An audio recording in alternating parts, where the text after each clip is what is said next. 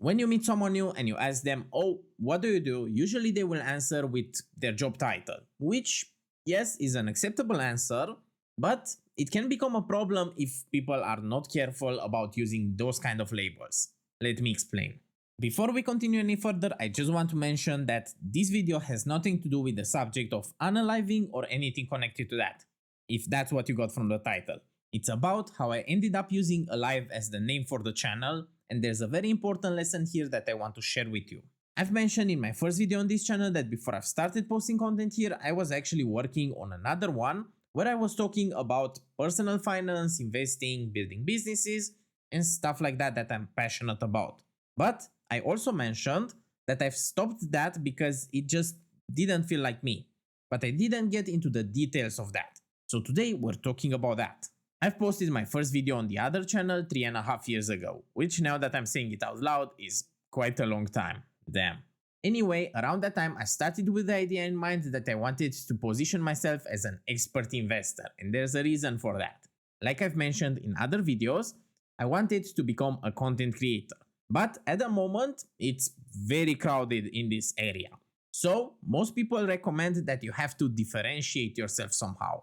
One way to go about that is to position yourself as an expert in a specific niche, and for me that niche was investing, because I've been learning about personal finance and investing for the past over 10 years at this point, and also I've invested in over 35 startups in the past 3 to 4 years.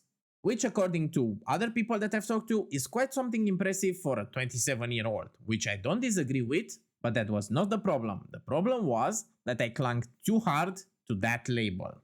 It both limited the content that I could make, because if something didn't fit that positioning, I would just discard it right away, but also it stirred me in the wrong direction. I have a lot of passions that I want to talk about. One of them is of course investing, which I like to talk about a lot, but it's not my biggest one. Content creation is way more important.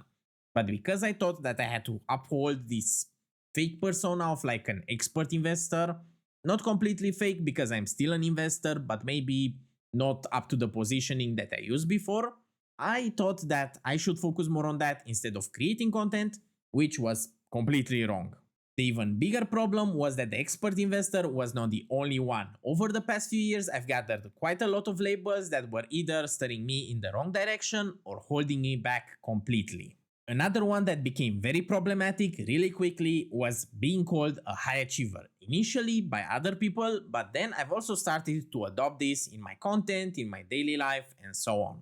Taking that title on led to me believing that I have to do even more stuff. I was already considered a high achiever, but I thought that I had to do even more now that I've been labeled like that. I strongly believe in the idea of striving for more. Dream big and work hard towards trying to achieve those ideas.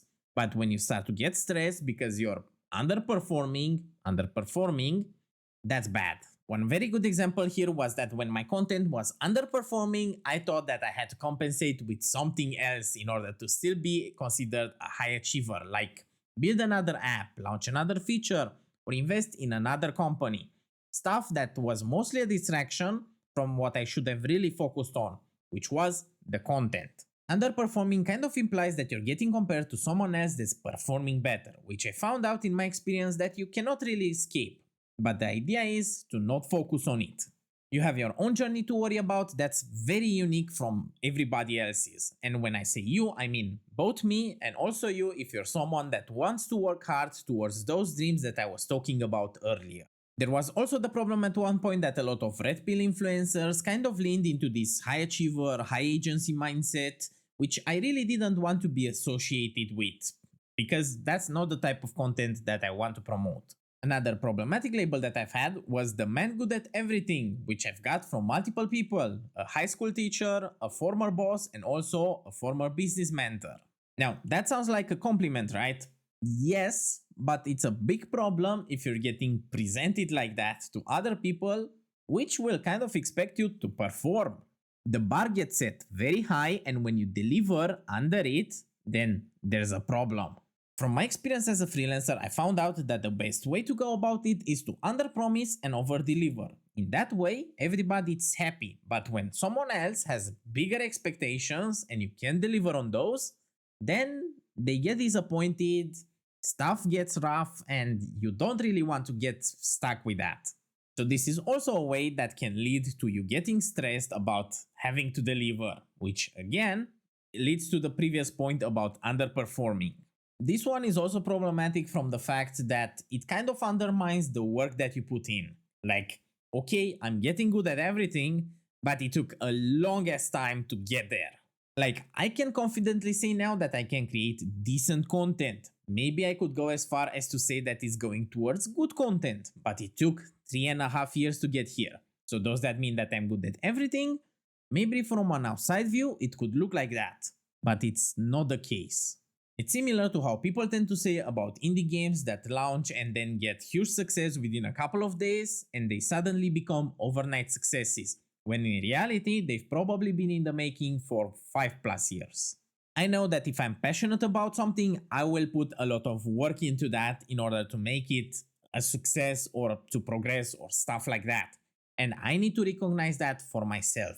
I'm not sure if you've had this exact experience, but maybe you've been told that, oh, you might be good at X, and then you get into that and you suck extremely bad at it. Like, that's just disappointing for you. So being called good at everything is kind of like that, but with everything at the same time. And also, people expect you to perform, but maybe you have to focus on something else and you can't do that because you have this label on you. There were also 3 other labels that I got stuck with, mostly self-imposed, that ruined my confidence for years, and those were fat, ugly, and stupid. I've always had a tendency to call myself stupid in like a self-deprecating, joking way, but without me noticing, that eventually affected my perception. At one point or another, I've actually started to believe that I can do certain stuff because I'm too stupid to do that, but in reality that was not the case at all. One recent example related to this is that I've started to take an interest in quantum computing, mostly because of investing reasons, but I've also found an opportunity to build something myself in this area. But I initially thought that I won't be able to do it because the domain is too complicated for me.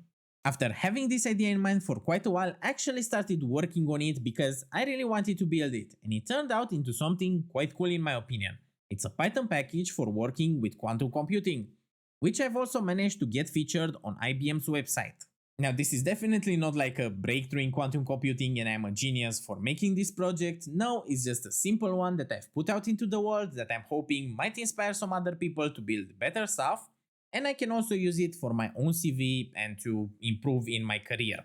But if I stuck with my narrative that I'm too stupid to do this, this would have never been the case.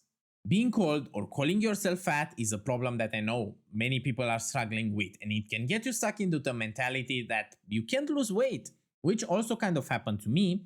But luckily, when I started my weight loss journey recently, it kind of helped me get out of that. It's something that actually fueled my procrastination for starting this journey, and also, like I've said, it affected my confidence, which I know that a lot of people that are struggling with their weight are dealing with. It's not like I shouldn't call it for what it is. I know that I'm overweight, obese, fat, all of those words, but it's not something that I should internalize. And that was the problem for me. Quite a similar situation on the word ugly, and that one might have even more impact on the confidence part. But that's why I'm trying to get rid of all of those labels, and that's a good segue into talking about why I'm alive now. A.L.I.V.E doesn't mean much, it doesn't set expectations, but at the same time, it kind of conveys this idea of freedom that I really enjoy. So it's kind of my way of saying I'm free from all of those labels, the expectations, and the bad perceptions that are packaged with them. And like I've said in the beginning, I know that many people tend to associate themselves a lot with the labels that they are branded with or that they give themselves. I was one of those. And the message that I want to leave you with today is to don't let them distract you, stress you out, or become a limiting belief. Now I want to address 3 questions that I've got related to this name. First of all, about dots, no, this is not an acronym, it's just for styling purposes, to make it seem more unique and to attract attention. I did try to find a meaning for all of the letters in order to turn it into an actual acronym, but that seemed like too over the top and deriving from like the initial goal, so I just discarded that idea completely. So yes, just for styling purposes, you can think of the dots like the cherry on top of the cake. The second question was about the handle, which has already changed from A.L.I.V.E Protocol X to A.L.I.V.E Productions 1, and it might suffer other changes in the future because I just couldn't find one that was available on all platforms. I definitely don't like the protocol part because it sounds a bit too edgelordish, but that was the best that I found initially, and now I'm trying to find something else that would work. And the last question was why I'm not using my real name. And that one is a bit tricky because my real name, I'm not trying to hide it, but it's not that memorable. It's a long name that's both hard to pronounce and write, so I rather prefer A.L.I.V.E which is short, bold, and memorable. Thank you for watching until the end. If you've enjoyed this video, leave a like. Also, let me know in the comments what are your own labels that you hate, and if you want to see more content from me, consider subscribing. Bye.